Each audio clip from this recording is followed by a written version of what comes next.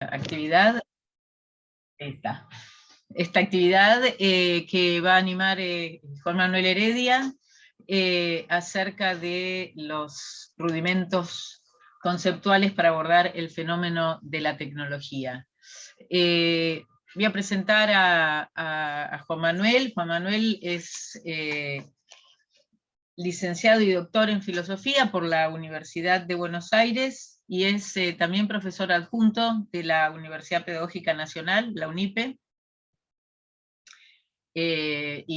por ahora está dando seminarios en el área de formación general, pero próximamente suponemos que va a integrarse a la carrera de filosofía. Bueno, Juan Manuel investiga temas de filosofía contemporánea con especial énfasis en cuestiones de epistemología, de tecnología y de antropología filosófica, y ha obtenido becas CONICET a las que dedicó a estudiar a Gilbert Simondon y a Jacob von Uexküll, cuyo libro acaba de publicar sobre ese tema, se llama Mundología, lo tengo acá, y bueno, y nos va a presentar estos aspectos del fenómeno de la tecnología, así que todo tuyo. Acá voy a seguir admitiendo gente mientras vos ya comenzás tu exposición. Buenísimo. Bueno, muchas gracias, Vera. Hola a todas y a todos. Bien, sí, como el título ya lo deja traslucir, la idea para hoy es charlar un poquito sobre la técnica y la tecnología, cuestión que está naturalmente a la orden del día, por la aparición sobre todo de innumerables aplicaciones y objetos técnicos que rodean completamente nuestra vida cotidiana. Entonces la idea un poquito es ofrecer un pequeño recorrido histórico-filosófico respecto del tema y recorrer algunas de las conceptualizaciones a las que dio lugar, sobre todo en la filosofía del siglo XX. Antes de comenzar un poco con esa propuesta, algunas aclaraciones preliminares, digamos, por un lado una cuestión terminológica. Uno habla de técnica, de tecnología. A los efectos de esta presentación no hay diferencia alguna entre los dos conceptos. La diferencia, digamos, sustancial es que tecnología se usa mucho más en los países anglosajones y técnica en los países de tradición continental, al menos en el ámbito de la conceptualización filosófica. Con lo cual, más allá de alguna diferencia idiosincrática que se puede encontrar en tal o cual pensador o pensadora, por lo pronto los efectos de esta presentación van a ser sinónimos. De hecho, tecnología es estudio o discurso sobre la técnica. Por otro lado, hay naturalmente una dificultad antropológica, es decir, porque no está claro si es posible distinguir entre técnica y naturaleza humana, digamos, no solo en la actualidad, sino realmente es difícil imaginarse que algún grupo humano haya podido sobrevivir sin algún tipo de objeto o herramienta para hacer frente a la naturaleza. Sobre este tema después vamos a decir algunas cosas. Y en tercer lugar, asociado al problema del concepto de técnica, bueno, muchas veces se puede hablar de técnica sin un objeto materializado, es decir, la danza, o jugar un deporte, gambetear en el fútbol, etc. Se puede hablar de técnica sin objetos técnicos, como un conjunto de procedimientos o una determinada organización de la acción, etc. En esta presentación vamos a centrarnos sobre todo en objetos técnicos, es decir, en entidades materializadas y que operan una mediación entre los seres humanos y la naturaleza, o mismo entre los mismos seres humanos. Hechas estas tres aclaraciones preliminares, comentarles la estructura de mi exposición se va a dividir en dos partes. Por un lado voy a presentar un breve y básico relato de cómo fue percibida la técnica desde los antiguos griegos hasta la modernidad, puntualmente para delimitar algunas características básicas de la técnica moderna. Y por otro lado, luego de ese relato, les voy a presentar 4 conceptualizaciones básicas del fenómeno de la técnica que se han dado en la filosofía del siglo XX. Obviamente se podrían encontrar muchas más, no son exhaustivas, pero creo que son interesantes para contrastar. Bueno, yendo ya directamente a la primera parte, para los antiguos griegos la técnica es un fenómeno ambivalente. Tiene algo de divino, de don otorgado por los dioses, pero por otro lado también tiene algo del orden de lo despreciable, de lo innoble, de lo indigno. Lo primero se ejemplifica con el mito de Prometeo. Cuenta la leyenda que en el momento en el que aún no había seres mortales, es decir, ni animales ni seres humanos, los dioses se dispusieron a crearlos y transformar los cuerpos con tierra y fuego, encomendaron a dos hermanos, Epimeteo y Prometeo, la tarea de repartir entre esos distintos seres, repartir las distintas capacidades. Epimeteo emprende la tarea y reparte. Entre las especies animales, reparte las distintas capacidades y medios necesarios para sobrevivir. Dota a cada especie de órganos adecuados para el ataque y para la defensa, de distintas pieles para soportar y superar las inclemencias del clima, de órganos sensoriales para percibir las amenazas o las oportunidades vitales, de instintos especializados para llevar a cabo distintas actividades vitales, etc. Pero he aquí que Epimeteo, el distraído, el olvidadizo, deja una especie sin dotar de ninguna capacidad, al ser humano. El hermano, Prometeo, al darse cuenta, y frente a la premura de tener que finalizar el reparto y presentárselo a los dioses, bueno, ¿qué hace Prometeo? Roba a Hefesto y Atenea su sabiduría profesional, dándoselas luego como regalo a los seres humanos.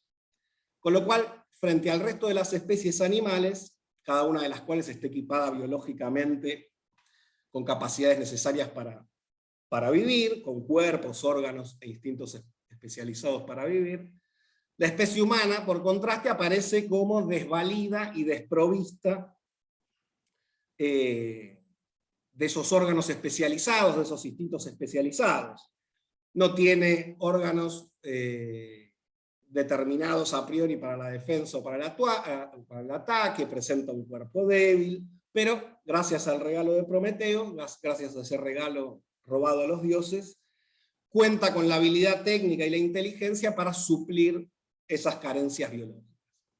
Y entre las primeras habilidades técnicas, si no la primera, está la forja y la herrería, el talento privilegiado de Hefesto, es decir, el poder de fabricar herramientas con ayuda del fuego.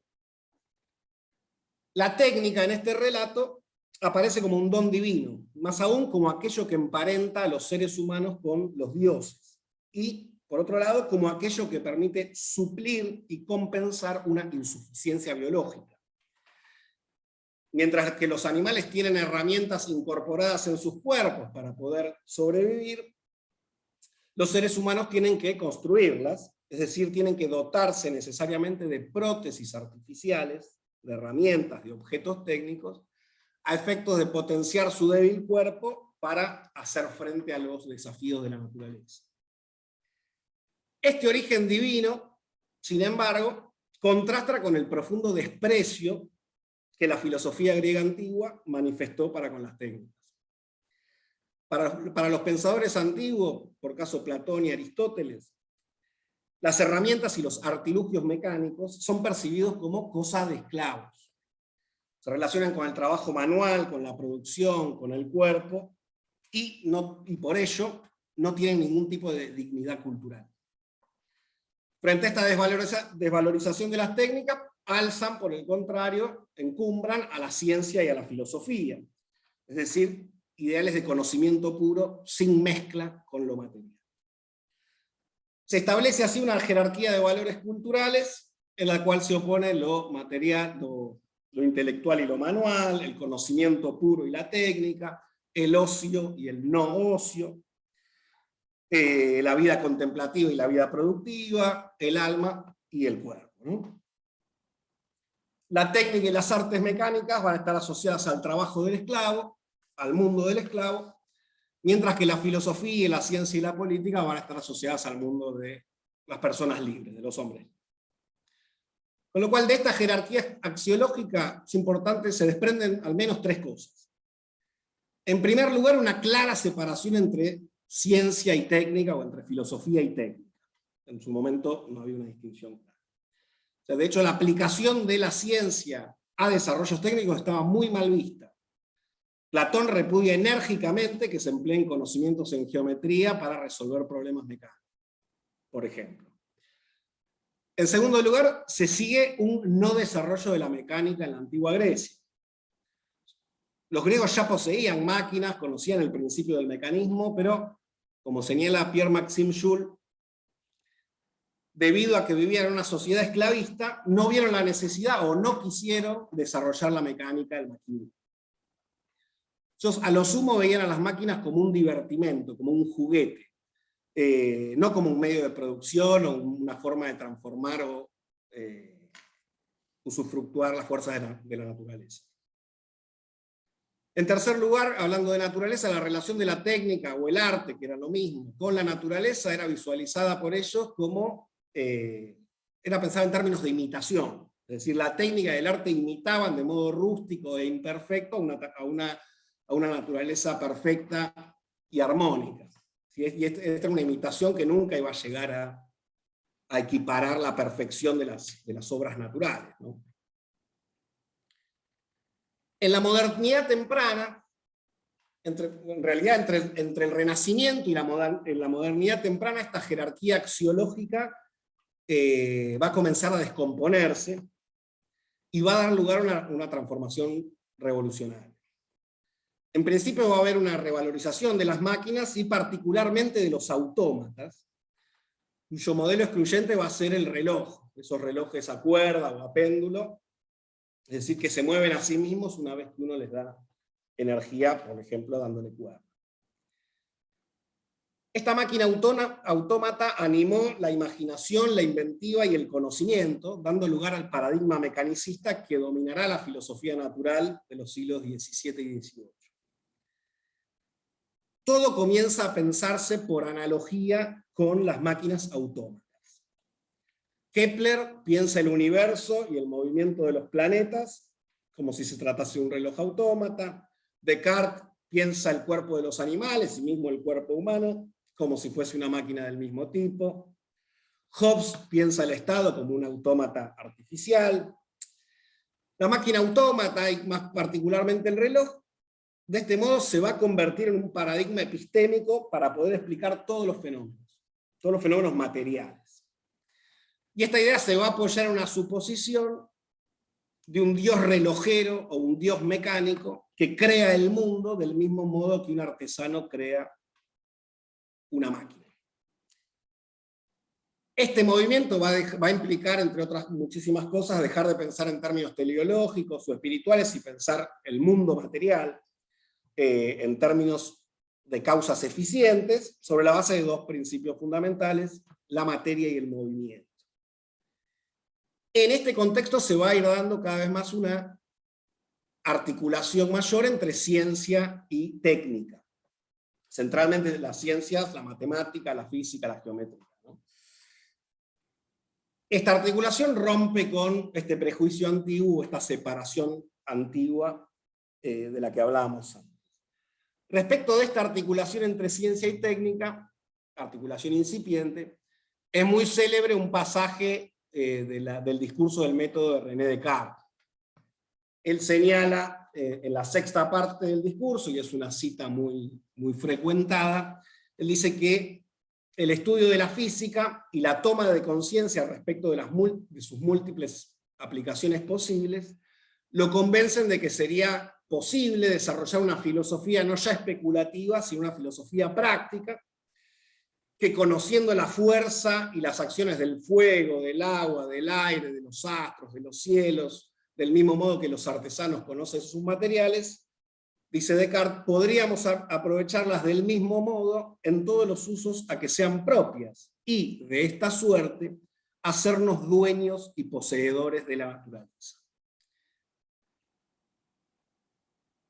subrayo este párrafo, que es, insisto, muy frecuentado, por razones que van a ver después. Con ayuda de la física, es decir, de la ciencia físico-matemática, y al modo en que los artesanos construyen máquinas, bueno, Descartes vislumbra en el conocimiento, en su relación con la técnica, la posibilidad de volvernos amos y dominadores de la naturaleza. Amos, dueños y poseedores de la naturaleza, como es otra traducción. Con lo cual, a diferencia de la percepción antigua y en buena parte también medieval, en la modernidad temprana podemos destacar tres elementos. En primer lugar, se neutraliza el desprecio por las artes mecánicas, y más aún se encuentra en las máquinas autómatas un modelo para pensar los fenómenos físicos y biológicos en términos de causas eficientes, o bajo el modelo de causa antecedente, bajo los dos principios de materia y movimiento, lo cual se cristaliza en lo que se conoce como el paradigma mecanicista. En segundo lugar, se propicia una articulación entre ciencia y técnica, vislumbrando en ella la posibilidad de producir cosas útiles para la vida, como decía Descartes. Esta idea se puede ilustrar en dos máximas o ideas fuerza. Una atribuida a Francis Bacon, que reza saber es poder, y otra que se atribuye a Comte, que es saber para prever para ejercer el poder. Un tercer elemento, por último, a diferencia con los antiguos, es, como vimos recién con Descartes, la naturaleza aparece ahora como una cosa inerte, que está ahí para ser dominada, explotada, transformada en provecho humano. Y esto se va a llevar a cabo, va a ser posible por el poder de la técnica, ¿no?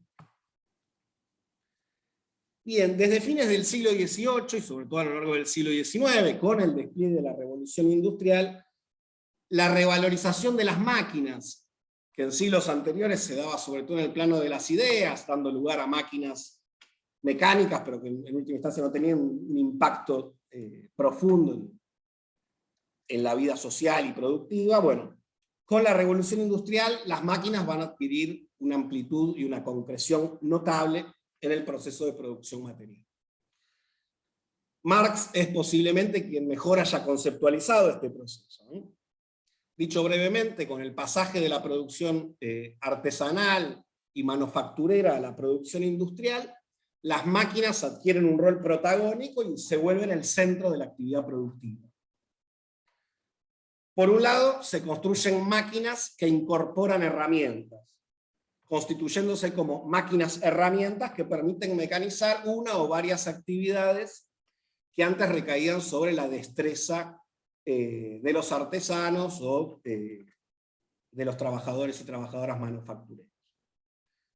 Por otro lado, se inventa y se perfecciona la máquina de vapor, habilitando ello una fuerza motriz descomunal para impulsar dispositivos mecánicos de distinto tipo, con independencia de la tracción a sangre humana o animal, así como con independencia de otras energías inanimadas que tenían un menor rendimiento.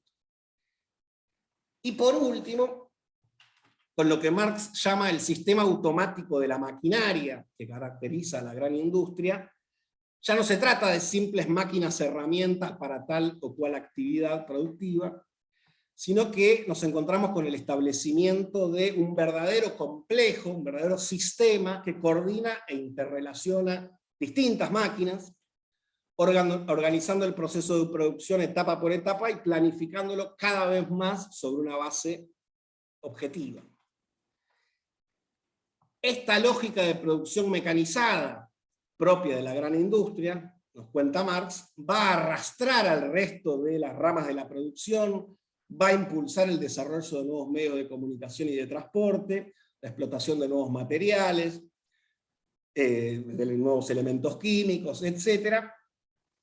Y va también a dar lugar a la generación de nuevas fábricas destinadas a producir no ya tal o cual objeto de consumo, sino nuevas máquinas.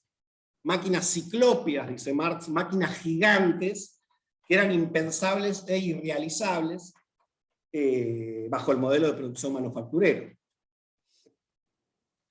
La grandeza de Marx en este punto, y una de las razones por las cuales se lo ha reconocido como quizá uno de los primeros filósofos de la tecnología, es haber conceptualizado la diferencia revolucionaria que implica el pasaje del paradigma de la herramienta al paradigma de la máquina y del sistema de máquinas. ¿Qué es lo significativo de esta distinción? Bueno, en principio, lo central es que nos obliga a problematizar la visión instrumentalista que se suele tener sobre la técnica. Es decir, a problematizar la idea según la cual la realidad técnica se reduciría a la relación de un cuerpo con herramientas. Esto puede pensarse como válido en sociedades preindustriales, pero suponer que el mismo paradigma es válido en el marco de las sociedades industriales desarrolladas es un error conceptual grave. Error que cometemos casi todos los días y que es la base de la concepción de sentido común de la técnica, a saber que es un instrumento que puede ser utilizado para bien y para mal, que está bajo nuestro control, que es neutral, que no porta valores, etc.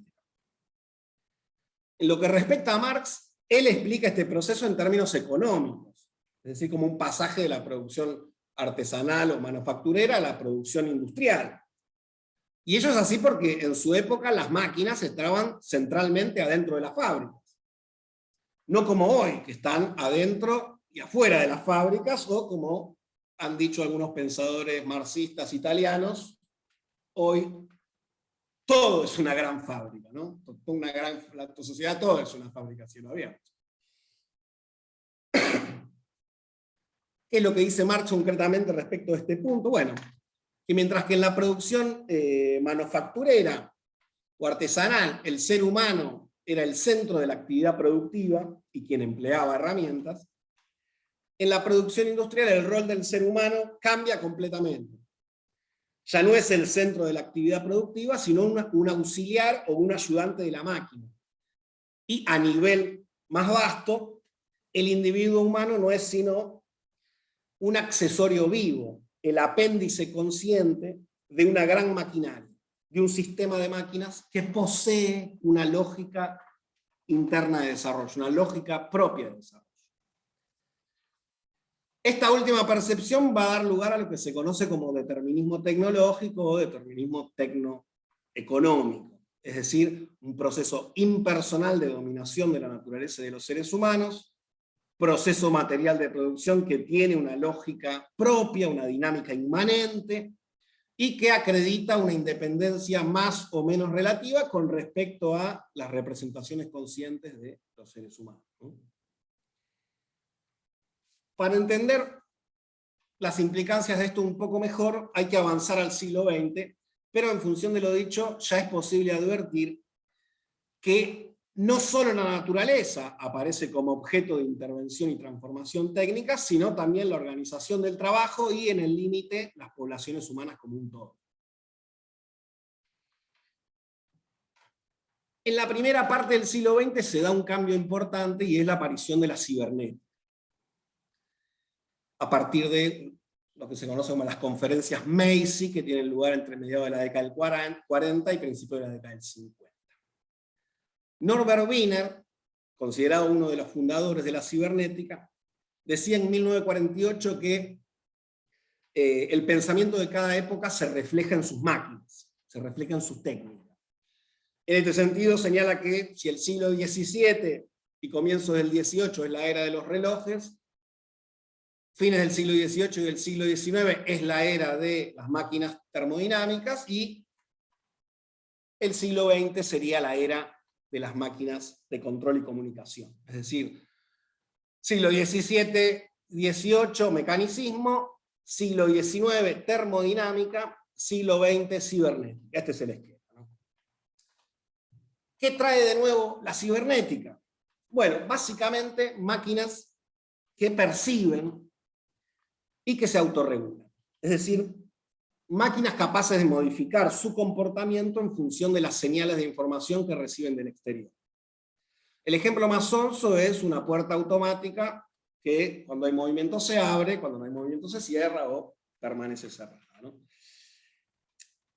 Con lo cual, a partir de la cibernética, las máquinas ya no son solamente portadoras de herramientas, sino también de sensores y del equivalente de un sistema nervioso central, que tenemos los animales, los seres humanos.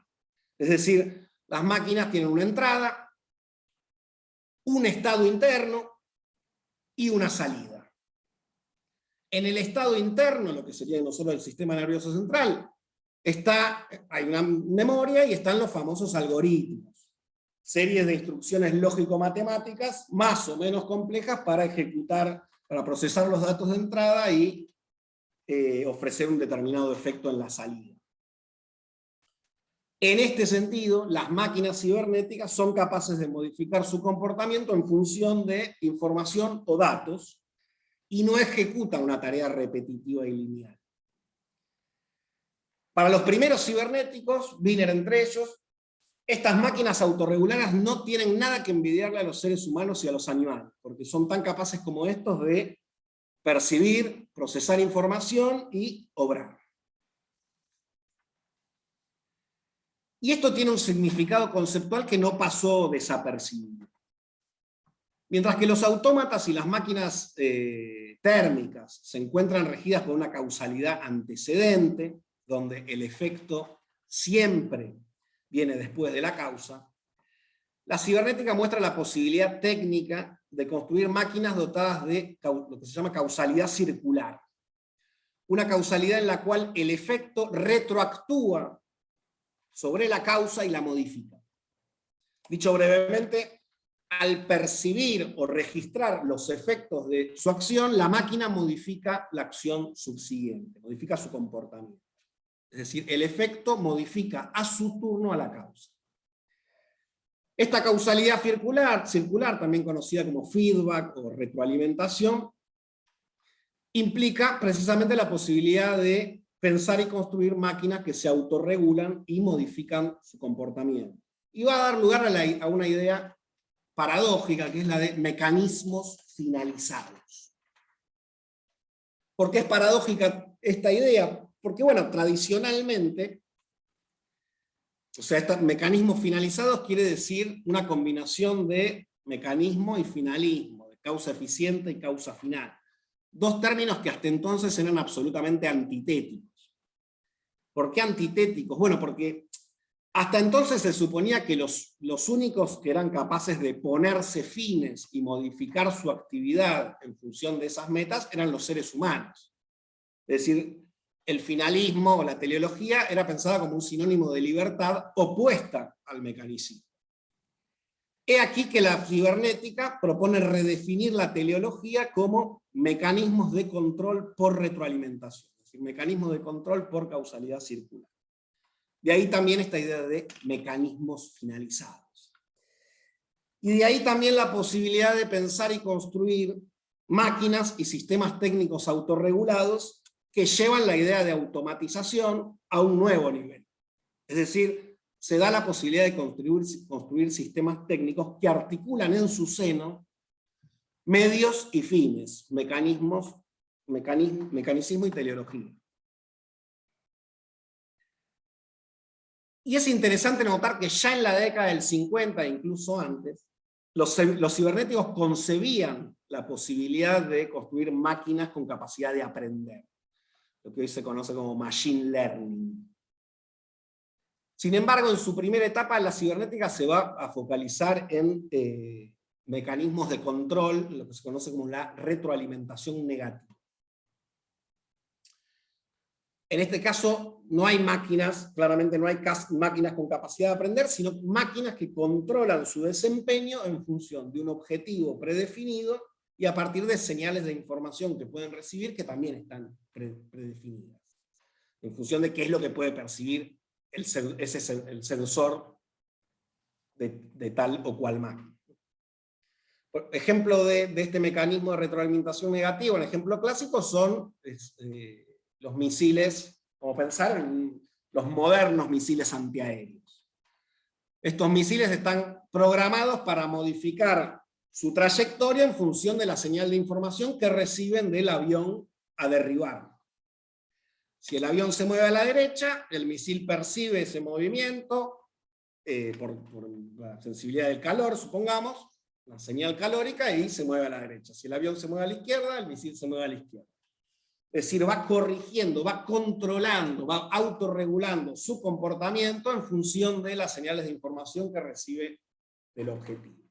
De modo tal de llevar a cabo una acción, ir achicando el margen de error, es decir, llevar a cabo una acción lo más eficaz posible y efectivamente dar con el avión. Como se podrá advertir, las posibilidades que abren las máquinas cibernéticas superan y por mucho a los autómatas de los siglos XVII y XVIII y a las máquinas termodinámicas o a las máquinas herramientas del siglo XIX. Porque ya no solo pueden reemplazar la destreza del gesto técnico del artesano o la fuerza corporal humana, sino también su capacidad de percepción, de cálculo y de procesamiento de información, lo cual lleva la posibilidad, como decíamos antes, las posibilidades de automatización a un estadio superior. Ejemplo de ello es que el propio Norbert Wiener se asusta con lo que él y sus colegas habían descubierto y manda una carta, es decir, intenta contactarse con lo que sería la CGT norteamericana, la AFL-CIO, la principal central gremial de Estados Unidos, diciéndoles en la carta que quería juntarse porque, bueno, a mediano plazo las máquinas automáticas y los robots iban a reemplazar la mano de obra en las fábricas y había que hacer algo. Los sindicalistas no le dieron bola, ni le respondieron. Pero lo cierto es que ya desde la década del 50 y sobre todo de la década del 60, comienzan a proliferar multitud de discursos optimistas y pesimistas respecto de este nuevo estadio tecnológico inaugurado por la cibernética. Discursos que no tienen nada que envidiarle a los que pululan hoy en día. Para los tecnofóbicos, la cibernética es la cima de la mecanización humana al punto de disolver lo humano en lo maquínico. Para los tecnofílicos, la cibernética es una nueva ciencia que permitirá optimizar todos los procesos, ampliar el campo de acción humano y resolver técnicamente todos los problemas. Y si bien el proyecto original de la cibernética, formulado a fines de los 40, a principios de los 50, fue siendo modificado y no concretó todos los anhelos y expectativas que tenían sus primeros promotores, lo cierto es que la cibernética, junto con la teoría de la información, luego con la teoría de los sistemas, constituye un mojón, un punto de partida importante para todo un conjunto de desarrollos ulteriores decisivos, como ser la biología molecular, la idea de construir una máquina que emule el funcionamiento del cerebro humano, el modelo McCulloch-Pitts, ambos cibernéticos también, el cognitivismo y la inteligencia artificial, la psicología sistémica, la sociología de los sistemas, etcétera, etcétera. Esto es algo que muestra muy bien un investigador argentino, amigo además, Pablo Manolo Rodríguez, en un libro que salió hace poco, Las palabras en las cosas. Bien, esto como como primera parte, ¿no? De lo cual yo les sugiero retener, en principio, dos cosas importantes. Por un lado, la especificidad de la técnica moderna con respecto a la antigua. Esto es, la articulación de la técnica con la ciencia y con la industria, y sobre esa base la posibilidad de transformar técnicamente la naturaleza y la realidad humana. Por otro lado, otra cuestión interesante a retener es la diferencia entre distintos objetos técnicos y sus implicancias. Concretamente, la diferencia entre herramienta y máquina, los distintos tipos de máquina, mecánica o autómata, termodinámica, máquina cibernética, y por último y fundamental, el hecho de que las máquinas no están aisladas, sino coordinadas en sistemas, redes o conjuntos técnicos, que incluyen muchas máquinas y seres humanos, lo cual resitúa al ser humano en el seno de un mundo tecnológicamente condicionado, y por otra parte, como vimos en Marx, hace pensar en una dinámica inmanente al desarrollo técnico. ¿Por qué menciono estas cosas? Porque va a ser sobre este trasfondo que se van a destacar, o que es posible distinguir, 4 grandes concepciones filosóficas sobre la técnica en el siglo XX.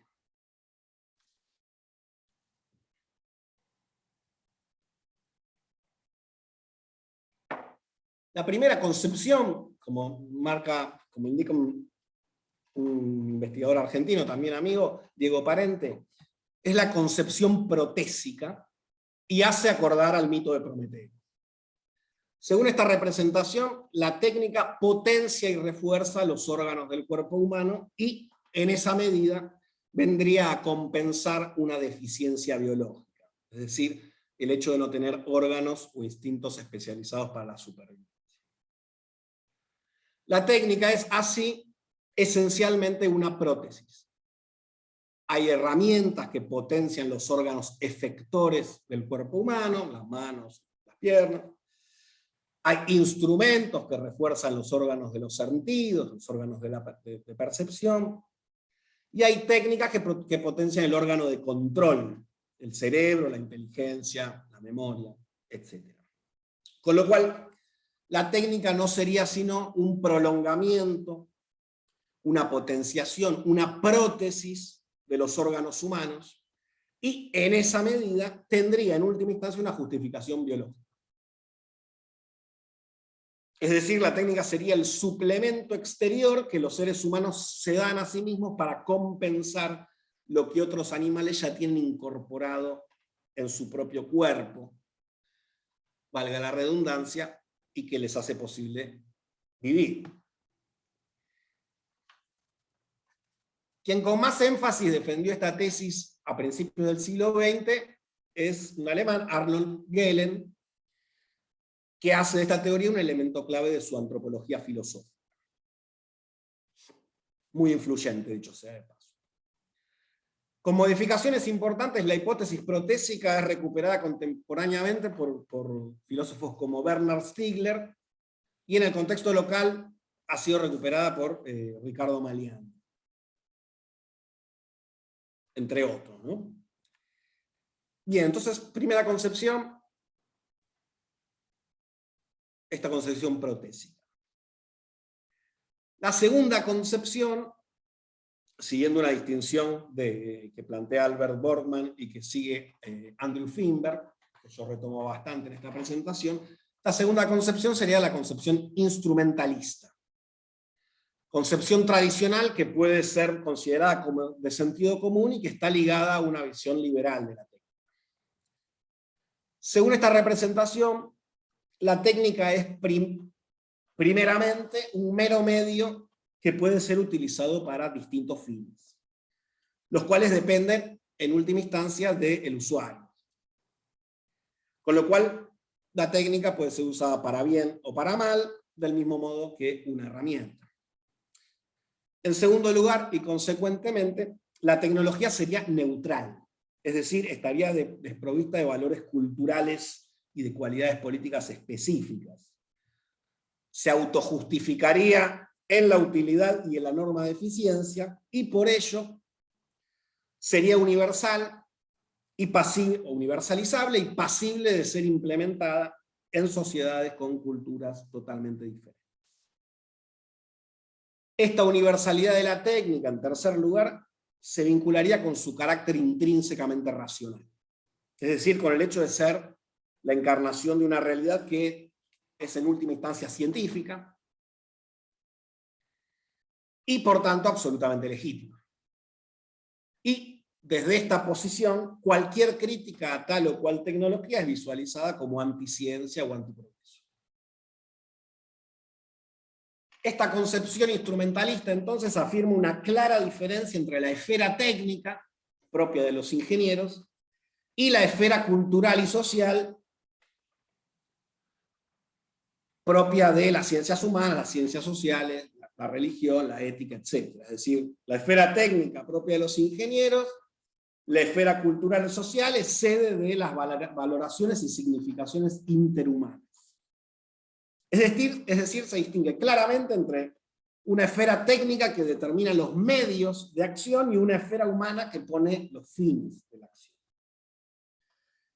En este sentido, esta concepción encarna el optimismo moderno y liberal respecto del desarrollo de la técnica, y afirma que con este desarrollo el rol central del ser humano no solo no se vería alterado, el rol central del ser humano en la determinación de su destino, no solo no se vería alterado, sino todo lo contrario, potenciado y mejorado, porque los sistemas técnicos, incluso los sistemas técnicos autorregulados, abrirían nuevos campos para la acción humana, mejorarían la eficiencia y el rendimiento de los procesos, permitirían automatizar trabajos físicos odiosos, liberando de ese trabajo a los seres humanos, etcétera, etcétera. Entonces tenemos esta segunda concepción instrumentalista. La primera protésica, la segunda instrumentalista.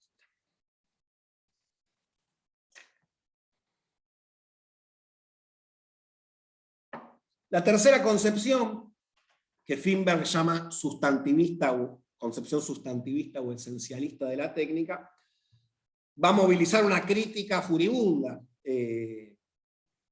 a la visión instrumentalista y se va a vincular en mayor o en menor medida con percepciones románticas y o conservadoras de carácter más o menos antitecnológico. Heidegger y Ellul son ejemplos de esta tendencia.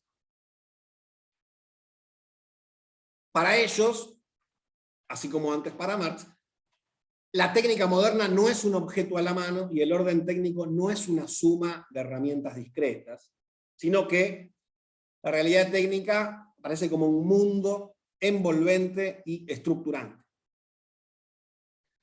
Para utilizar una imagen un poco grandilocuente, la diferencia entre técnicas preindustriales y técnicas industriales desarrolladas es similar a la diferencia que separa tomarse un vaso de agua a estar buceando en el océano.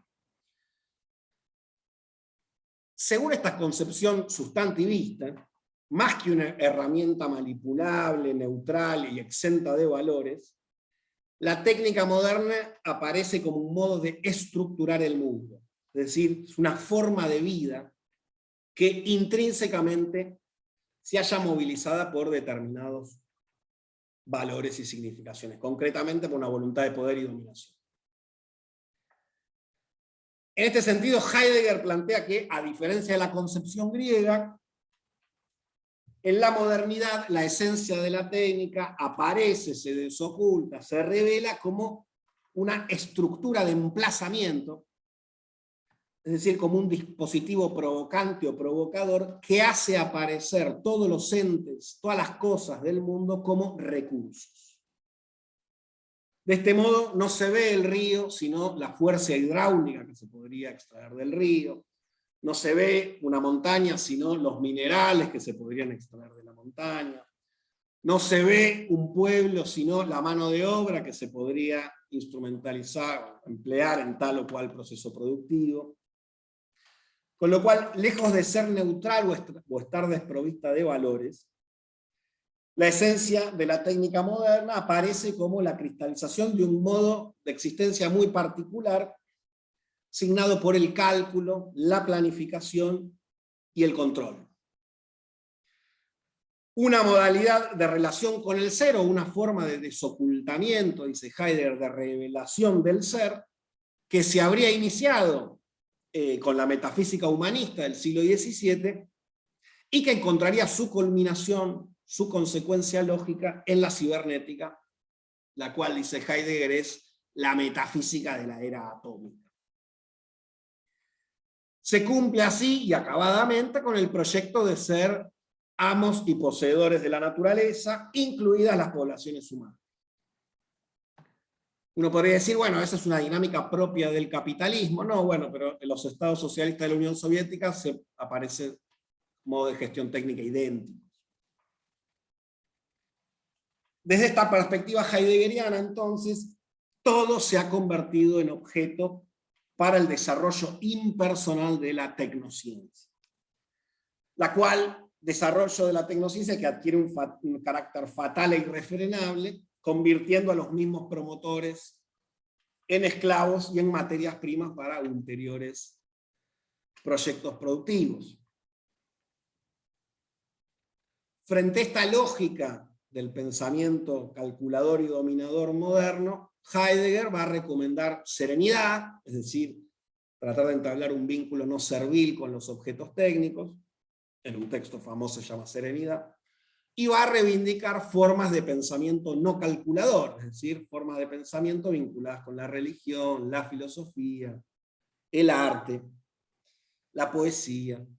Pero, en cualquier caso, el diagnóstico heideggeriano es sombrío, y señala la existencia de un proceso tecnocientífico que en buena medida escapa a la posibilidad de decisión y coordinación política, y en caso de la coordinación política fuera posible, Heidegger duda de que la democracia sea la mejor forma para poder realizarla.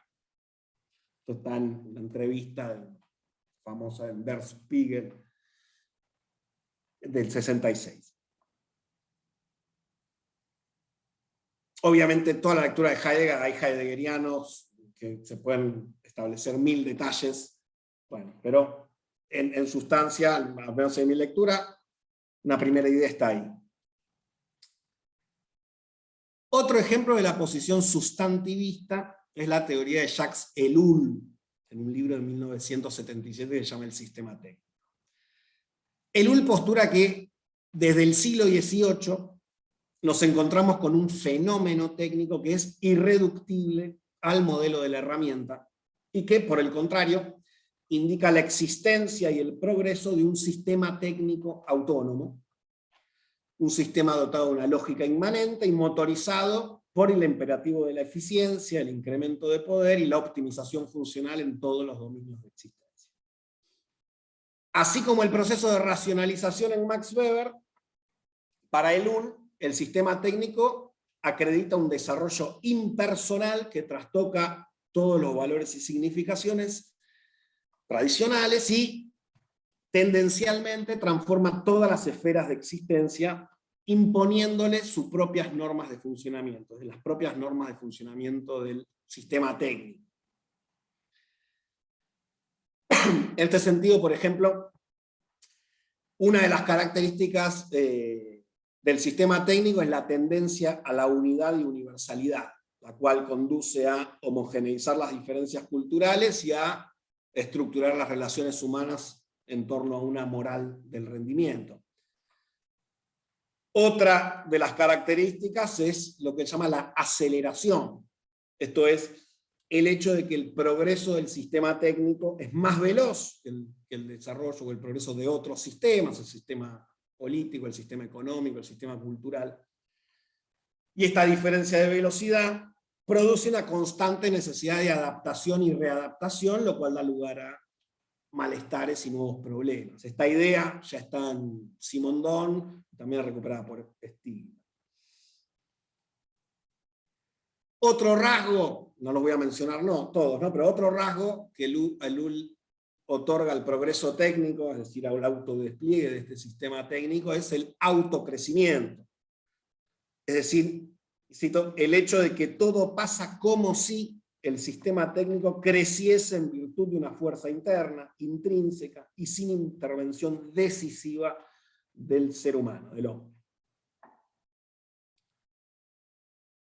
Uno podría objetar, bueno, no, pero son las instituciones políticas en última instancia las que controlan, gobiernan e intervienen decisivamente en el desarrollo técnico, como va a sostener Habermas. Y él va a decir, no, en realidad es la misma actividad política la que ha sido invadida por criterios e imperativos de orden técnico. La eficiencia, el desarrollo, el incremento de poder, etc. ¿Cuál es la salida? Bueno, para el anarquista y cristiano, el anarco-cristiano Ellul, la cuestión pasaría por cultivar una vida simple, una ética del no poder, e incluso una vuelta a la experiencia religiosa del cristianismo. Es decir, no estamos lejos de Heidegger. Según estas y otras variantes de las teorías sustantivistas, las tecnologías modernas, y este es quizá un elemento válido, las tecnologías modernas no son meros medios que pueden ser usados para diferentes fines, como sostenía la tesis instrumentalista, sino que, por el contrario, encarnan determinados valores y formas de vida. Es decir, los fines posibles de la acción ya están predefinidos de antemano en el sistema técnico, el cual funciona y se reproduce a espaldas de los individuos. Como decía Spinoza, los seres humanos creen ser libres porque desconocen las causas que los llevan a desear esto o aquello, o a querer hacer tal cosa o tal otra. De ahí la compulsión al trabajo, la norma del rendimiento, la eficiencia, el confort, el deseo de poder, todo un conjunto de valores dominantes en las sociedades en las que vivimos. El carácter romántico, nostálgico y o conservador de la tesis sustantivista de la técnica, que como vimos tiene en Heidegger a su principal estandarte, todavía goza de buena salud, digamos. Y es posible encontrar ecos de esa perspectiva en pensadores actuales como Eric Sadin, el francés, o Wu Chun-han. Una cuarta concepción que se puede distinguir es la que propone la teoría crítica, la Escuela de Frankfurt, y en particular Marcuse, no tanto Habermas, Herbert Marcuse. Así como el sustantivismo, Marcuse rechaza la concepción instrumental de la técnica y afirma la existencia de sistemas técnicos que articulan medios y fines. Pero, a diferencia de Heidegger, no cree que el desarrollo de la técnica moderna exprese alguna esencia ontológica, sino básicamente un hecho histórico y contingente. Es decir, se trata de un proyecto científico y tecnológico particular que expresa un determinado sistema de control y de dominación. Con este argumento él también rechaza la concepción weberiana, según la cual la modernidad se expresa como un proceso impersonal de racionalización y secularización de todas las esferas, todos los valores y significaciones tradicionales. Es decir, Marcuse rompe con la idea sustantivista, ontologizante, de pensar a la técnica moderna como un destino fatal e inexorable de la modernidad. Rompe asimismo con la idea de pensarla como un demiurgo autónomo y sostiene que, al ser un producto histórico, la técnica moderna, un producto histórico que implica una determinada estructura de dominación, pero al ser un fenómeno histórico, es por ende un fenómeno contingente y por tanto es algo transformable y modificable, también histórica y políticamente. Ahora bien, en el contexto del siglo XX, para Marcuse ya no es posible disociar medios de fines. Es decir, para él la razón técnica es inmediatamente una razón política. Y por eso la tecnología se ha convertido en una de las principales fuentes de legitimación del capitalismo. Ello, sin embargo, no lo lleva a sostener una posición nostálgica o antitecnológica, sino a plantear que es necesario desarrollar un proyecto científico y tecnológico cualitativamente diferente. Es decir, es necesario pensar, diseñar y construir tecnologías que estén al servicio de la liberación y no de la dominación. Para él, entonces, la cuestión no puede resolverse a nivel discursivo meramente, porque la técnica está completamente imbricada en la base material de la sociedad y, al devenir sistema, produce determinadas formas de subjetividad. O sea, en este punto está de acuerdo con la tesis sustantivista. La cuestión, por otro lado, tampoco se puede resolver, dice Marcuse, subsumiendo las tecnologías existentes a nuevos fines. Porque eso implicaría, por un lado, recaer en la tesis instrumentalista, y por otro lado, pretender que técnicas hechas para la dominación puedan servir para la liberación. En este marco, entonces, la alternativa sería pensar y construir no herramientas, sino máquinas y sistemas técnicos que hagan posible una relación sinérgica y no destructiva con la naturaleza, y que sean compatibles con el despliegue de las potencialidades humanas y su libertad. Es decir, para él lo que hay que politizar, y esto me parece importante, no es el uso de las tecnologías, sino su mismo diseño y concepción. El debate político y social debe darse entonces no en torno a qué tipo, el debate político y social entonces debe darse en torno a qué tipos de tecnologías y sistemas técnicos son compatibles con ello, es decir, con el desarrollo de la libertad humana y la no destrucción de la naturaleza. Ello no implica naturalmente que haya que inventar máquinas o sistemas técnicos desde cero, porque el debate sociopolítico bien puede impulsar modificaciones o rediseños de tecnologías ya existentes, no tanto para reorientar sus fines, y este es el punto clave, sino más bien para poder modificar su propio funcionamiento y propiciar de ese modo formas de vida democráticas e igualitarias. Esto de hecho en parte ya sucede, y es particularmente importante si pensamos en tecnologías digitales, ¿no? O sea, el punto es, la discusión política no está en el uso, la discusión política está en el diseño y en el funcionamiento de las técnicas. Asumido el hecho que desde la cibernética, las técnicas, los sistemas técnicos más concretamente, incluyen necesariamente en su funcionamiento una articulación entre medios y fines. Y eso supone que en su propio funcionamiento, dentro del cual los seres humanos estamos implicados, hay determinados valores y estructuraciones ético-políticas que se reproducen. Con lo cual, la cuestión es afectar la base tecnológica misma, poniendo en discusión política y social los diseños o eventualmente los rediseños, las transformaciones de determinados sistemas técnicos o máquinas. Más allá de las críticas que le hiciera Habermas a este enfoque, sobre las cuales después si quieren podemos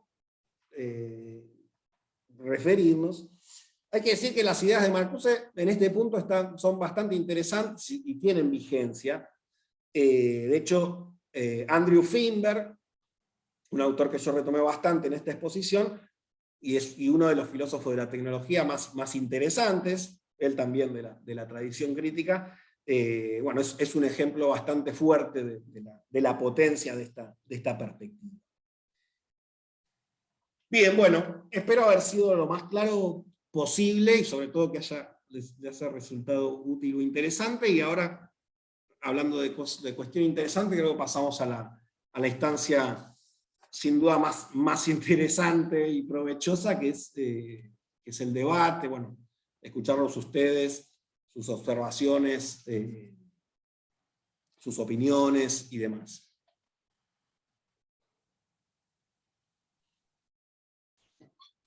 Abrimos entonces.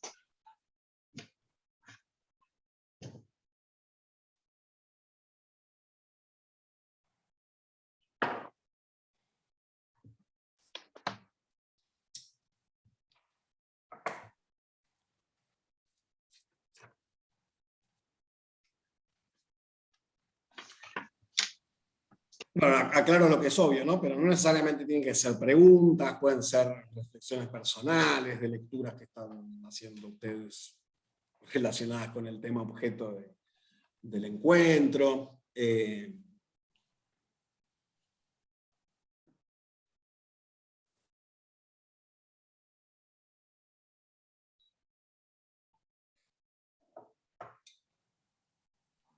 Bueno, hola. Carolina. Carolina. Soy docente en la provincia de Neuquén y trabajo en el equipo de educación digital de la provincia, y lo que hacemos es trabajar en la formación de docentes, pero estamos todavía, me parece que en el proceso en donde discutimos el uso de la tecnología, y es difícil pasar al rediseño de la tecnología con gente que todavía usa el término analfabeto digital. Pero porque trabajamos en formación de docentes de inicial y de primaria, pero creo que en el equipo del que soy parte estamos discutiendo esto, el rediseño y las alternativas que existen o que se pueden generar para poder transmitir, porque como somos nosotros los que movilizamos a los docentes, por ahí obviamente más allá de lo que hace cada docente en su individualidad, en su trabajo en cualquier parte de la provincia, nosotros trasladamos una política de Estado, pero también algo que nosotros construimos cuando nos juntamos y cuando tratamos de decidir qué enseñamos, cómo lo enseñamos, cómo lo transmitimos y qué queremos que ellos transmitan en las aulas. Pero creo que estamos un poco atrasados y todavía esta discusión hay que darla, el rediseño. Esto, por ejemplo, con el software libre, que se trató de aplicar, se vuelve para atrás, se vuelve a aplicar y se discute, o esto de diseñar, por ejemplo, yo lo estoy pensando en algo totalmente práctico, en diseñar una actividad y pensarla desde la tecnología, pero como si uno fuera el creador y el productor, no solo el estudiante, sino también el docente, generar actividades y hacer el uso de la tecnología, pero de transformar el diseño y que sea personal y sea situado, pero que sea significativo. Yo estoy en esa construcción, creo. No, está perfecto. Ahí, digamos, ¿de qué hablamos cuando hablamos del rediseño? No necesariamente, o no fundamentalmente, que todos nos volvamos programadores, para el caso de las tecnologías digitales o ingenieros, ingenieras. Sino también estar atentos y poder captar determinados efectos que se producen en el marco del uso de determinadas tecnologías. De hecho, por ejemplo, hay un libro interesante que es La cultura de la conectividad. Es una historia crítica de las redes sociales, ¿no? Y la autora muestra, José Bandiges, pero es una autora, muestra, por un lado, de lo que podríamos llamar una concepción sustancialista, cómo las redes sociales estructuran el campo social de determinada manera. Por ejemplo, presentando como patrones de comportamiento predominante la búsqueda de seguidores, la voluntad de marcar tendencia, el hecho de ser famoso, digamos, toda una serie de valores que comienzan a estar en primer plano, muy asociados a la subjetividad neoliberal, y que según la autora se refuerzan fuertemente con determinadas dinámicas en redes sociales. Pero también muestra cómo muchas veces las propias grandes empresas tecnológicas se vieron obligadas a introducir modificaciones o dar marcha atrás con determinados cambios que iban a implementar en las plataformas, producto de la presión crítica de los propios usuarios, digamos. Con lo cual hay una dimensión en la discusión política y social respecto de la modificación o el rediseño de determinadas tecnologías que tiene que ver con el debate político y no necesariamente implica un saber ultra especializado, sino, bueno, tener cierta comprensión conceptual respecto de cuáles son los efectos que genera el funcionamiento de determinados sistemas, de modo tal de solicitar o exigir determinadas modificaciones en su funcionamiento. El otro ejemplo que planteaste vos es clave, bueno, el paradigma del software libre frente al software propietario y el modo de producción que implica un modelo u otro de producción de software, además de la cuestión de la accesibilidad, ¿no? Después sí, está esta cuestión de las herramientas digitales. En función de lo que yo presenté, es como casi que un oxímoron, ¿no? Porque digamos, no es algo a la mano, sino la participación en un determinado sistema técnico que potencia algunas cosas y no otras. Pero en todo caso yo creo que el desafío para la educación, uno de los desafíos es una toma de conciencia respecto de las implicancias, el funcionamiento y cómo nos pueden afectar determinados sistemas, de modo tal de incluso, aunque sigamos usándolo, poder neutralizarlos, digamos. La toma de conciencia respecto de un funcionamiento habilita también la posibilidad de una toma de distancia y también de tener un determinado uso crítico. Después, por otro lado, como habrán visto en la exposición, hay ya una cuestión de fondo, que son discursos a priori más optimistas o más pesimistas sobre la técnica. ¿No? Lo vimos, la tesis sustancialista es sobre todo más pesimista o crítica, de ahí que se vincule con un pensamiento conservador, o al menos lo que era el pensamiento conservador a inicio del siglo XX. Yo no sé si hoy se puede plantear en los mismos términos, ¿no? Digo, la lectura heideggeriana. Y enfoques más optimistas, liberales o progresistas, para los cuales cualquier nueva tecnología es necesariamente expresión de un progreso.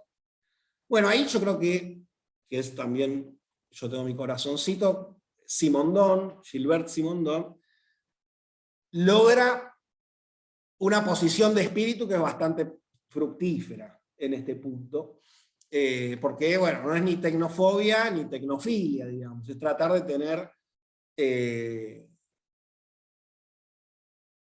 una relación lo más justa posible, y sobre todo sobre la base de conceptos filosóficos, conceptos como herramientas de comprensión de fenómenos, lo más ajustados posible.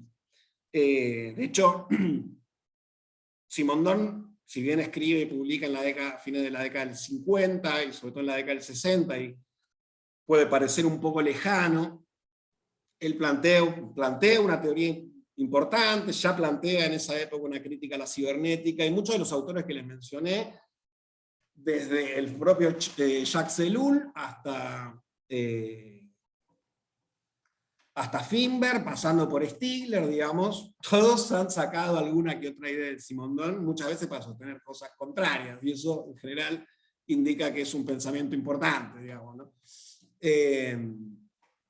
Pero bueno, por ejemplo, Simondon, yo en otras charlas Unipe Digital hablé de Simondon, la educación y la tecnología. Él tiene una teoría, todo un proyecto de reforma pedagógica, poniendo a la tecnología en el centro.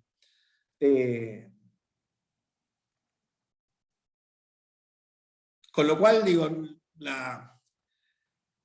hasta donde yo puedo, hasta donde llega mi conocimiento, digamos, y mi intuición es que, digamos, la educación tecnológica tiene que salirse del lugar del pesimismo u optimismo respecto del fenómeno tecnológico como un todo, y poder plantear los problemas y aportar conceptos para entender las complejidades. Y sobre todo también subrayando el carácter político ético y político de la cuestión, en el sentido de que esto no cae del cielo, o la última tecnología es la encarnación del progreso de la civilización occidental. Quizás sí, quizás no. Y eso hay que poder hacer un análisis más fino, y estar atento a los efectos nocivos que puedan tener ciertas tecnologías, ya sea para modificarlos, ya sea para neutralizarlos a partir de una operación de distanciamiento crítico.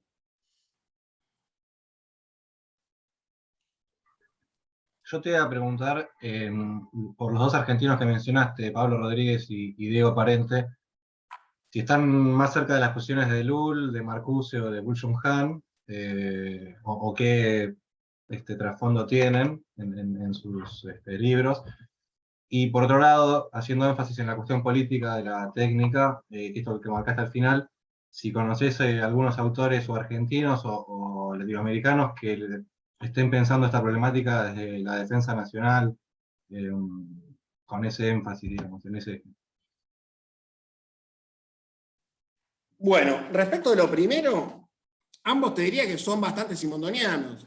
Ahí hay que señalar, y yo tengo el gusto de participar, hay en el país, y con una impronta bien federal, un grupo de filosofía de la técnica bastante fuerte, bastante interesante, que ya lleva como casi más de 10 años de encuentros, de desarrollo, es el grupo que hace los coloquios de filosofía de la técnica, y hace poco se sacó este libro, Glosario de Filosofía de la Técnica, donde en parte se recopila buena parte de los desarrollos que se han hecho. Así que ahí, bueno, está Diego Parente de Mar del Plata, Pablo Manolo Rodríguez, de acá de Buenos Aires, después hay un grupo muy fuerte en Córdoba, con Javier Blanco, Darío Sandrone, Agustín Berti, y un montón de otros colegas que ahora podría estar un rato largo. En el sur también está Andrés Bacari. Entonces,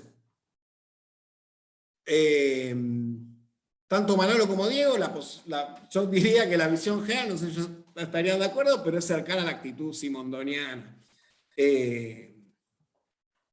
En el sentido de ni tecnofobia ni tecnofilia, analizar problemas. Manolo concretamente está, digamos, creo que es la persona que más sabe de cibernética desde un punto de vista social y filosófico del país.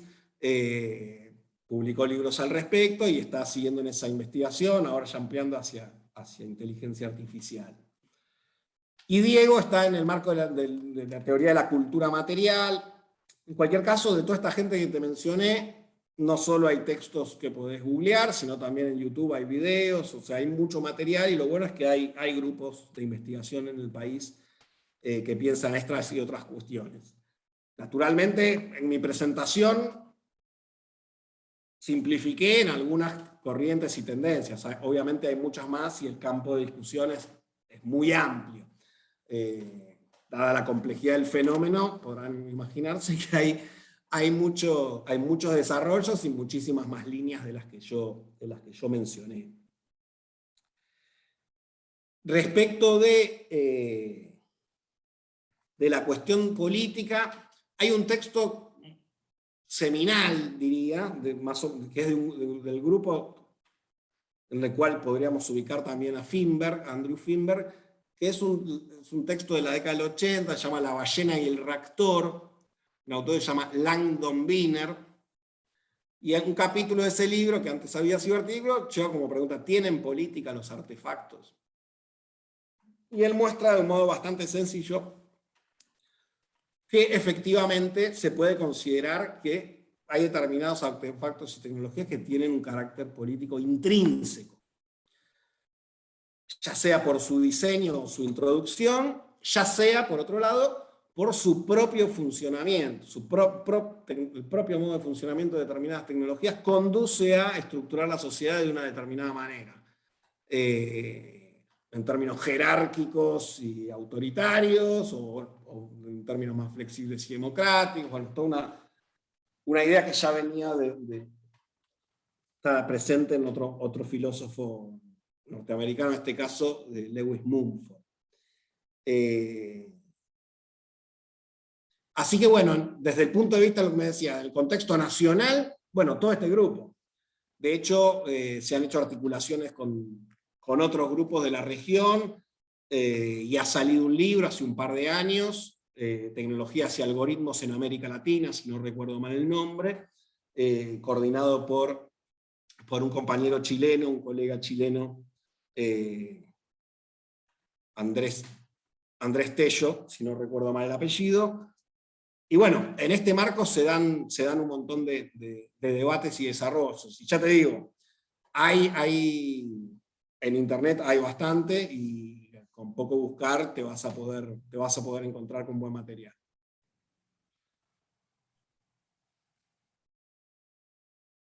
Yo te quería preguntar, Juan Manuel, a mí me pareció súper interesante la presentación, y verdaderamente me vino a bien, diría, porque ignoraba muchas de las cosas que mencionaste.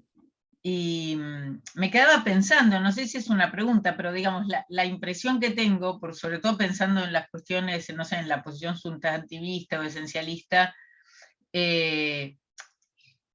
lo de modé que quedó, digamos, en el sentido de decir, cómo se puede, me da la impresión, pero esto lo digo simplemente hacia modo de comentario completamente ingenuo, ¿no? De que todo esto se introduce en nuestras vidas de una manera tan veloz, tan vertiginosa y tan imparable, por otra parte. Pienso, no sé, para entrar a la pileta tengo que tener la aplicación del coso, para ir al médico tener la aplicación de la obra social, y así, ¿no? Entonces vos decís, no quiero, no tengo ganas de hacer todo el trabajo yo. Pero en definitiva vas entrando en eso porque no tenés más remedio, por más que no quieras, entonces, la impresión que da es que lo predominante es la concepción instrumentalista del sentido común, ¿no? Es decir, la idea de que esto te facilita la vida, ¿no? Y me preguntaba cómo es posible, desde esto que vos llamás pensamiento crítico, distancia crítica, hacer frente a ese tipo de fenómenos, ¿no? Cuando parece que el pensamiento tuviera un ritmo y una temporalidad que es completamente diferente de la temporalidad mercantil de todo esto, pero no sé, por ahí estoy diciendo una burrada, te pregunto qué se te ocurre, qué sé yo, porque pienso, esto que vos decís, lo de Byung-Chul Han, que tal vez es el que más me resuena de lecturas, y sí, parece por momentos como, bueno, alguien que te esté diciendo que es feo, que es todo, pero eso no me alcanza a mí como pensamiento crítico, porque en definitiva decís, bueno, está bien, escribís todo eso, pero lo escribís en tu laptop, te lo subís al Dropbox, lo bajás, digamos, no lo puedes contrarrestar de ninguna manera, por más que digas, no me gusta, ¿no? Y seguís alimentando tus redes sociales, qué sé yo, en fin, eso, digo, ese fenómeno que me resulta contradictorio, ¿cómo lo ves? No, bueno, evidentemente es un fenómeno sistémico y muestra por un lado los límites del paradigma instrumentalista y por otro lado también su vigencia, digamos, ¿no? Por eso en un punto las cuatro concepciones y sobre todo las últimas tres, no hay que tomarlas como un todo, digamos, todas tienen cosas interesantes para decir, mismo por ejemplo la perspectiva de Lull, del sistema técnico, todos, o casi todos los que estamos acá hemos vivido procesos de tenernos que adaptar a nuevas tecnologías, a nuevas cuestiones, y que eso implicó la gestación de nuevas prácticas. Puede que sean mejores que las anteriores, digamos, ¿no? Esto es bastante general, toda generación dice que todo el pasado fue mejor, y bueno, es una cuestión ahí de percepción.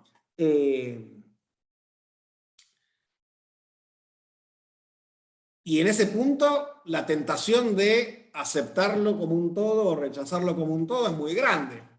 Yo creo que hay elementos válidos de la crítica sustantivista, más allá del relato histórico que hacen, pero hay elementos interesantes para la crítica a la posición más instrumental. Hay también algunos límites, en una, en otra. Bueno, yo creo que ahí el desafío más grande, y bueno, esto de nuevo es la cuestión más profunda, y que yo creo que Simondon la marca muy bien, es la toma de conciencia respecto, en un plano más filosófico, ¿no? Respecto de lo difícil que se ha vuelto esta distinción entre el orden técnico y el orden entre cultura y técnica. Cómo la producción o determinadas tecnologías o sistemas técnicos necesariamente están imbuidos de problemáticas humanistas o propias de la tradición de la filosofía, de la literatura, del arte. Es decir, ahí es un poco romper con esta distinción de las dos culturas, de la cultura ingenieril y la cultura humanista, como si fuesen dos cosas separadas, cada cual con su esfera de validez y legitimidad separada. Y yo creo que eso necesariamente, y hoy más que nunca, sobre todo con tecnologías en las cuales lo social o lo psicosocial pasa íntegramente a través de determinados objetos técnicos o objetos digitales, digamos, es una de las tareas de nuestro tiempo, que se imbrinquen un poco esas dos grandes tradiciones, para decirlo de alguna manera, porque se dan problemas comunes, digamos, ¿no? Y ahí también la crítica a pensar el desarrollo técnico como algo empaquetado, un bloque impersonal, autónomo y que avanza con una lógica ciega, digamos. Eso es como una de las cosas que más se han criticado de la visión sustantivista o de ciertas teorías de la modernidad, ¿no? Todos los estudios de fines del siglo XX, de la ciencia, tecnología y sociedad, más vinculados a cierta forma de postestructuralismo, bueno, han empezado a deconstruir, para usar el término técnico, y a desarmar un poco esa visión y mostrar que en realidad es eso que se ve como una cosa homogénea y compacta y sin fisuras, en realidad es mucho más heterogéneo. Los filtros culturales con respecto al uso de la tecnología son más importantes de lo que se suponía. Hay artefactos u objetos técnicos o máquinas pensadas para una cosa y que después la sociedad o los grupos sociales la agarran y hacen otra cosa, digamos. Como es mucho más amplio el abanico de posibilidades. Ellos lo muestran con cierto estudio de casos empíricos, ellos y ellas. Así que yo creo que ahí el campo en un punto está abierto, y obviamente en el problema se intersectan un montón de otros problemas, quizá todos los problemas, porque uno lo puede abordar del lado más de la economía política y señalar la propiedad de las grandes tecnológicas sobre tales o cuales plataformas y el uso económico que hacen de los datos. Uno lo puede abordar en una posición más antropológica o sociológica, o una posición más ética, más política. Bueno, el fenómeno, como las tecnologías y determinadas técnicas de nuestra época atraviesan absolutamente todas las actividades sociales, bueno, el campo está abierto para que tomen la palabra todas las ciencias humanas y sociales, y no solo los ingenieros o los informáticos, digamos, ¿no? Entonces yo creo que ahí hay un desafío, y que en parte está sucediendo, de entrecruzar distintas tradiciones de pensamiento y distintas disciplinas, no para fusionarse en una imposible transdisciplinariedad que es más predicada que practicada, pero sí para que cada cual aporte desde su lado y yendo en dirección a constituir una base de problemas comunes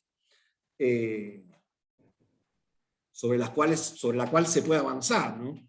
Pues yo creo que el tema más de fondo es este.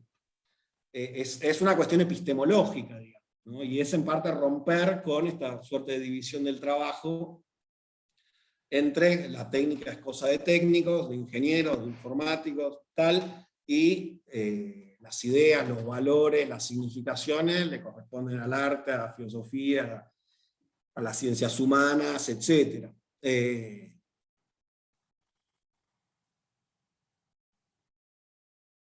Ver la división del trabajo.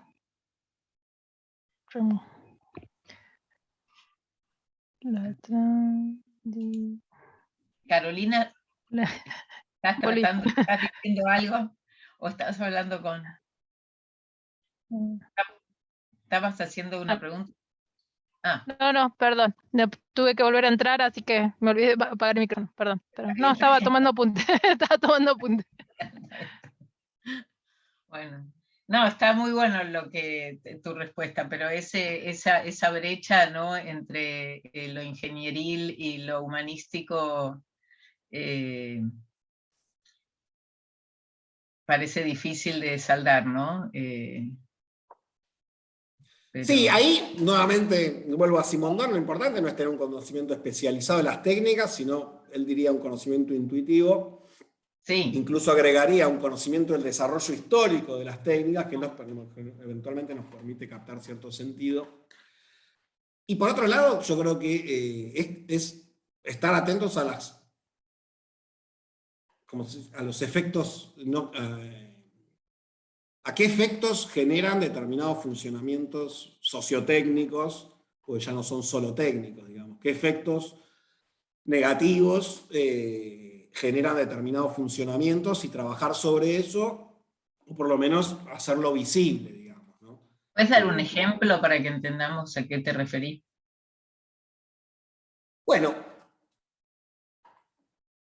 por ejemplo, las redes sociales suscitan su uso, sobre todo en adolescentes, en nuevas patologías psicológicas. Más ansiedad, determinadas cuestiones de autoestima, determinados riesgos. Por otra parte, el tema de los algoritmos en el procesamiento de datos, que está bastante de moda y está bastante trabajado, que nos muestran determinadas cosas en determinadas plataformas a partir de determinados filtros que funcionan de determinada manera.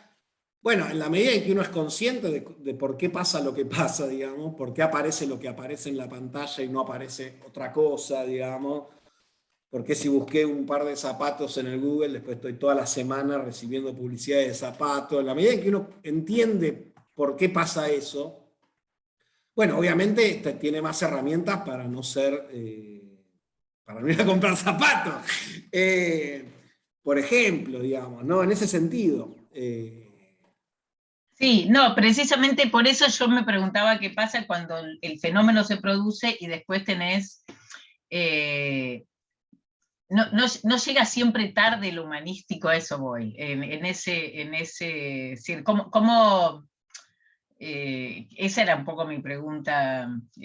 Es decir, ¿cómo hacés para no llegar, para no poner no sé, tratar de enmendar una situación que ya está, qué sé yo. Sí. Puede ser, puede No sé, ser. ahora La que te famosa veo, frase de perdón, Hegel. no quiero afectar tu conciencia moral, pero ¿no es un poco como las advertencias de los paquetes de cigarrillos que cuando acabas de... ¿No funciona un poco así? Digamos, el fumador no es inmune a eso y no somos los usuarios inmunes al algoritmo de alguna manera, pero... Puede ser. Yo igual te diría, lo humanístico, lo social ya opera a priori en el sentido de qué tecnología pasa a primer claro y cuáles no. Entonces ya ahí hay una no es que aparece la tecnología y después, digamos, se adapta a toda la sociedad a eso. Ya la sociedad a priori eligió qué tecnologías sí, qué tecnologías no. A veces, pero bueno, la sociedad que tenemos, que también está formateada de determinada manera y no solo por razones técnicas o tecnológicas. No, claro, sí, es el huevo o la gallina en un punto. Sí. Está el tema de los sesgos. Bueno, pero los sesgos discriminatorios, o sea, que los algoritmos refuerzan. Los sesgos no los inventan los algoritmos, los sesgos están en la sociedad, digamos. Los captan los algoritmos, claro. Claro. Está bien que se discuta eso, no es un tema menor, pero a lo que voy es que también, de hecho, hay uno de los, Lewis Mumford, que es este filósofo autodidacta, un personaje raro al principio, a mediados del siglo XX, él decía que en realidad no es él tiene una teoría de la mega máquina, que en realidad las máquinas son expresión de formas de organización humana y no al contrario. Él hablaba de la mega máquina, por ejemplo, las sociedades antiguas, el antiguo Egipto, la construcción de las pirámides, eso es una mega máquina. Estaban los esclavos, los látigos, digamos, todo un montón de engranajes sociales que funcionaban coordinadamente y que eso es lo que después aparece volcado en la máquina, en la organización del trabajo, digamos, moderno. Después otra reflexión que a mí me parece interesante es la de Simondon, la crítica de él a la cibernética, que conecta con lo que veíamos en los griegos de los esclavos. Él le hace una crítica a la cibernética y dice, están pensando que el criterio de perfección técnica es la máquina automática, es decir, la máquina que reemplace al ser humano. En realidad lo que están pensando como criterio de perfección técnica es producir esclavos. Ustedes quieren esclavos, no quieren, herramientas o máquinas que se acoplen al ser humano para actividades constructivas. Ustedes quieren construir esclavos, digamos. Eso no puede ser el criterio de perfección técnica. El criterio de perfección técnica tiene que ir por otro lado, digamos, por construir máquinas o sistemas técnicos que incorpora en su propio funcionamiento una relación con la naturaleza y una relación con los usuarios, digamos, de otro tipo. Ya es una crítica que, bueno, por ejemplo, Finber la retoma también. Es una crítica de la tradición filosófica humanista, pero que puede afectar normativamente rediseños o iluminar la producción de distintas tecnologías o incluso la relación con distintas tecnologías, ¿no? También ahí uno tiene la libertad, con la multitud de tecnologías que hay a disposición, de relacionarse con una y no con otras, y en esa libertad relativa ir también definiendo un poco qué modelo de vida en términos éticos quiere llevar, digamos, ¿no? Qué cosas le hacen mal, qué cosas le hacen bien. Bueno, yo creo que ahí también hay una dimensión de cierto margen, digamos, ¿no? De cierto margen y cierta producción de conducta, de modo de existencia, de comportamientos que pueden ser muy buenos, porque la tecnología es muy buena en general, en realidad. ¿Y cuál es Pero bueno, de nuevo, volvemos al menos yo vuelvo al mismo punto. Ahí todo depende del juicio, digamos, ¿no? Que es individual en el plano ético, pero también es político y social.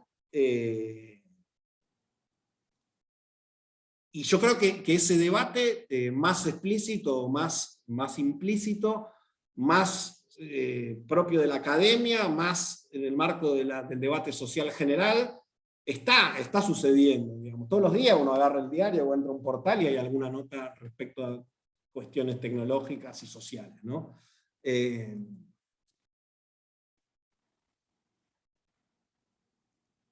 Y si nos tuvieras que recomendar algún texto de Simondon para empezar y para leer esto que estuviste mencionando, ¿cuál sería de los muchos que...? Y hay principalmente dos. Una es el libro, que es El modo de existencia de los objetos técnicos, el MEOT, Publicado por como se lo Prometeo, conoce. me parece, ¿no?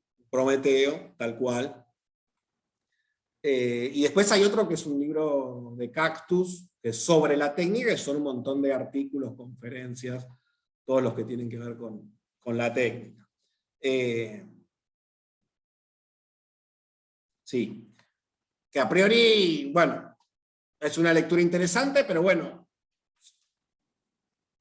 muchas de las lecturas que se hacen ahora toman algunas partes, otras no, digamos, como todo gran filósofo, no es tómalo, déjalo, sino que hay determinadas intuiciones, ideas, que después hay que hacer las mediaciones para que sean fructíferas en una realidad tecnológica en la cual Simondon naturalmente no vivió. Después hay otras ideas que también son, uno puede considerar más obsoletas, bueno, eso a gusto del consumidor, ¿no?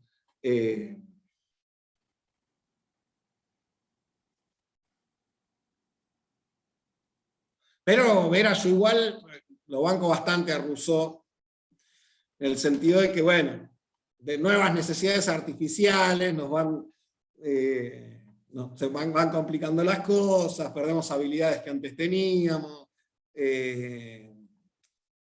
Y sí, la cosa del confort también es un arma de doble filo.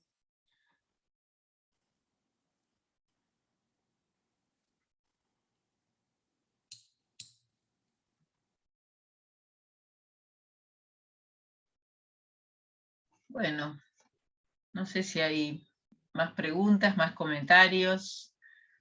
Jessy, Lilian, si quieren mandar algo por el chat, o si no, creo que la exposición fue suficientemente exhaustiva, ¿no? No sé, Juan Manuel, si vos querés decirnos algo más. No, bueno, espero que estos rudimentos hayan contribuido a pensar esta cuestión, que es bien interesante y que necesariamente nos interpela, digamos, ¿no?